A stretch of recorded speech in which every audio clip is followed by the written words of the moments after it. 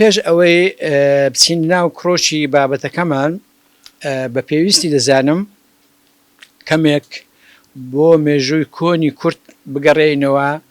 هەر لە سەردەمی میتانیەکانەوە تاوەکو ئێستاکە بزین ئایا گەلی کورد و سەرکردەکانی یان برێن دەسەڵاتدارانی کورد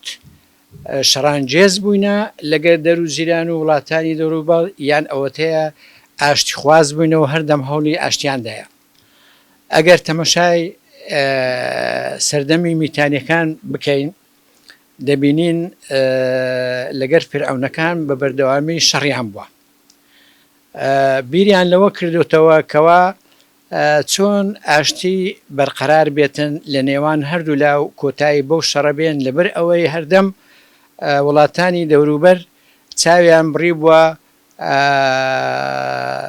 دەوڵەتی میتانی بەهۆی هەڵکەوتەی جوگرافی و داهات و شوێنە استراتیژیەکەیدا. ئەوە بوو کەوا تاتوخیبە شازادەی میتانی کورد کە لە مێژوودا بە نەفەرتیتی ناوی هاتەوە و کە ڕۆلەشی گرنگی هەبوو خۆی بەخت کرد لە پێناو ئاشتی ئەویش ئەوە بوو کە شووی بە ئامرحتوی چارەم کردووە کە ئەخناتون بووە بۆ ئەوەی کەوا ئاشتی بەرقەرار بێتن ئاشتی شوێنی شەڕ بگرتەوە. ئەوەش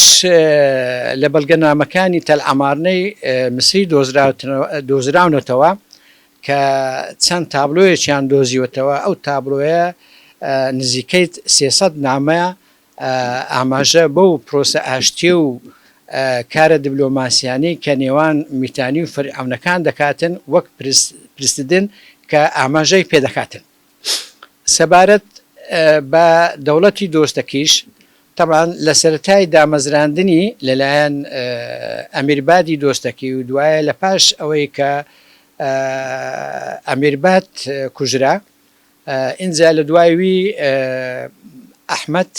کوڕی مەروان هاتە سەر حکوم کە لە مێژوودا بە نەسڕودەوڵە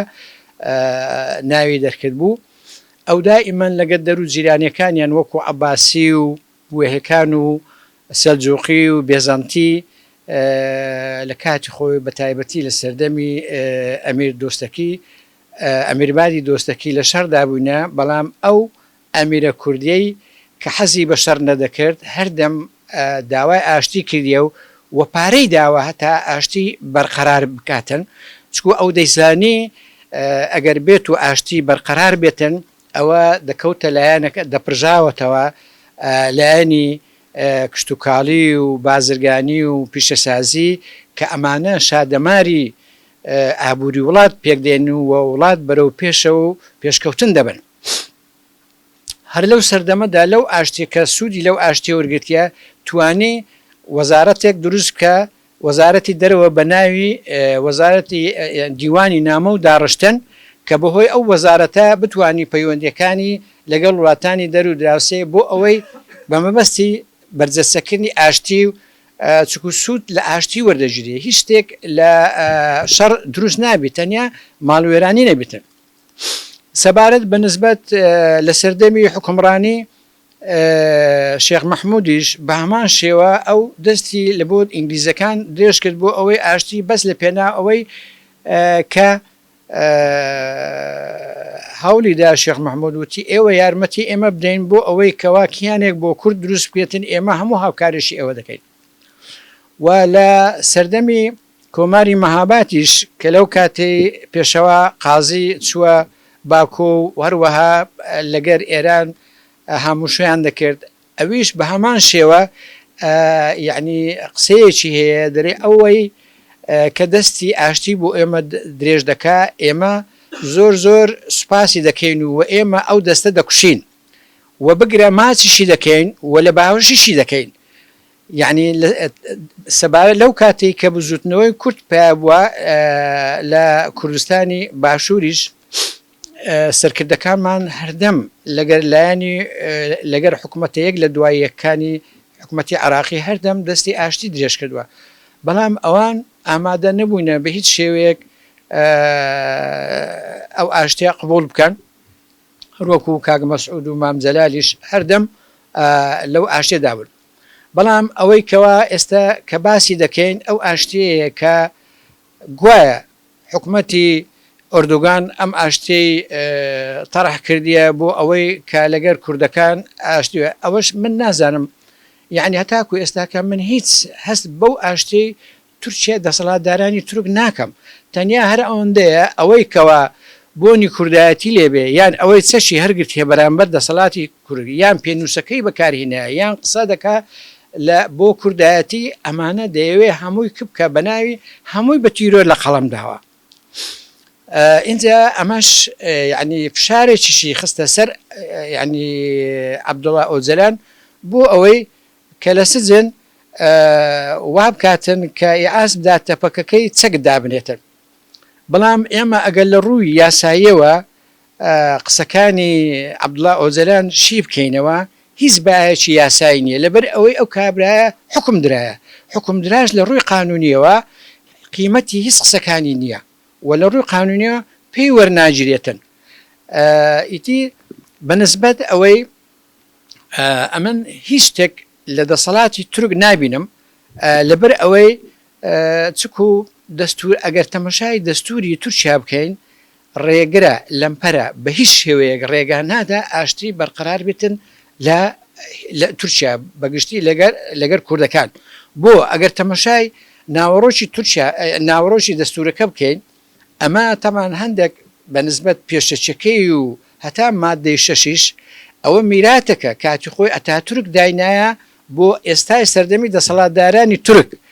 کە بە هیچ شێوەیەک نەتوانن هیچ جۆرە ئاشتێک بەرخە لەبەر ئەوەی من کە تەمەشای ئەو دەستورە دەکەم لە هیچ وڵاتێکی جیهان ئەم جۆرە دەستورە ڕەگەزپەرستە نییە بە هیچ شێوەیەکی